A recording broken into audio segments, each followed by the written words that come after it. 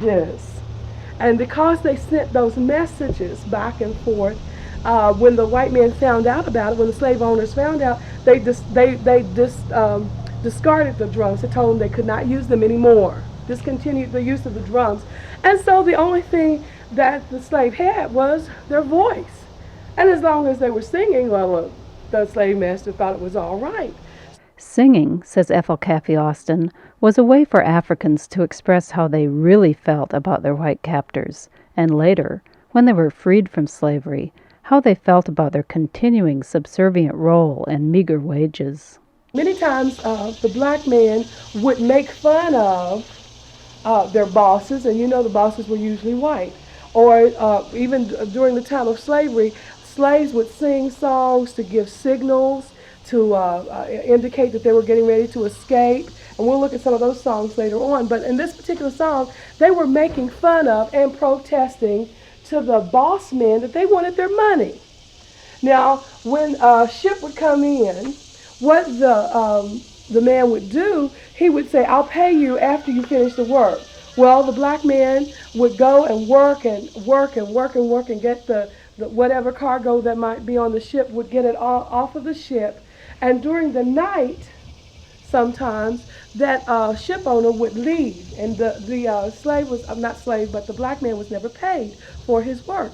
So they would sing these songs of protest, and they were too afraid, as you well know, if you know any of the history, a black man could not look at a white man or white woman in the eye, and that was a custom that came from the deep south, where they had to pay homage to that man who was supposed to be superior. Now, when they would sing this song, they would sing it with an accent, and the owner of the ship was not aware of what they were saying, and they would say, "Pay me, pay me, pay me my money down, pay me or go to jail, pay me my money down." Now, I'm singing it a little bit slower than they normally would, but you heard what? Pay me my what? Money down. Down. But that down, take the D off. What do you have? Now. Pay me my money now. And what they were saying, you pay me or you're going to go to jail. Now, they knew that that man wasn't going to go to jail, but it was a way of giving vent to what they really wanted them to know. And they would, of course, they would think, the owner, ship owner would think they're all they're just doing that to keep rhythm, or, oh, look, they're singing and dancing. As long as they're singing and dancing, they're happy. But many times they were making fun of, and I didn't put all the verses there. There's one verse that talks about, if I, it talks about, I would, if I had a chance, I would hurt you. And I didn't put that verse in because I don't know all of the words. But here's the way it goes. I want you to sing it after me. I'm going to sing it once, and then I want you to do it. We're going to talk about call response. Pay me, pay me, pay me my money down. Pay me or go to jail. Pay me my money down. Sing with me. You've got the words there. Ready? Go. Pay me, pay me, pay me my money down. Pay me or go to jail. Pay me my money down. Oh, pay me, you owe me. Pay me my money down. Pay me or go to jail. Pay me my money down. The white boss was not the only object of protest songs, explains Ethel Caffie-Austin to teachers at the workshop. But African servants also found some satisfaction in poking fun at the lady of the house. The next song is a play game, a play song. I learned it as Little Sally Ann because my mother told me years ago. She was from Alabama, Daddy was from Alabama, and they would tell me that I would hear them talk about Miss Ann. And they always talk about Miss Ann. I said, well, who in the world is Miss Ann? And they called her Mr. Charlie. And I said, who is Mr. Charlie? Well, it was a code name that blacks would use to talk about their superiors, employers. Miss Ann, they could talk about Miss Ann. Miss Ann wouldn't even know who they were talking about. They would talk about Miss Ann in her face, sing songs about Miss Ann. Miss Ann didn't know that they were talking about her. And it was a very clever way to pass messages to someone else in song or in conversation. Mr. Charlie, the same thing. They would be talking about the male white employer.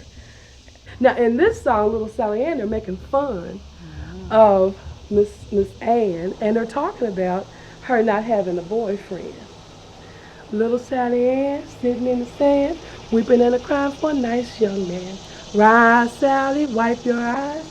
Shake it to the east, shake it to the west, shake it to the one that you love the best. Now, if you have elementary kids, you put them in a circle, and as they're in the circle, you put one person in the middle. Now, the circle of people who will be around is an indication, a way of showing a ring shout or ring dance. Now, it's a part of the African heritage where Africans would celebrate everything. They would celebrate death as well as birth, marriages, crops, anything. They had songs and dances for them. When they would bring in a crop or when they were planting a crop, they had a dance and song for it.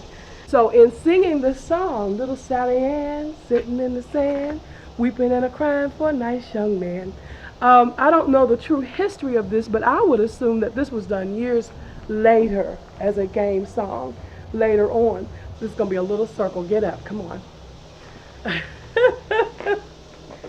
We'll pretend. You want to be in the center? Okay, sister, so we can't really make a big circle. And I'm a big girl. Forget about making the circle. Pretend. We'll be around Stretch you. it, okay? Go around in a circle. And wait a minute, let me teach you the song.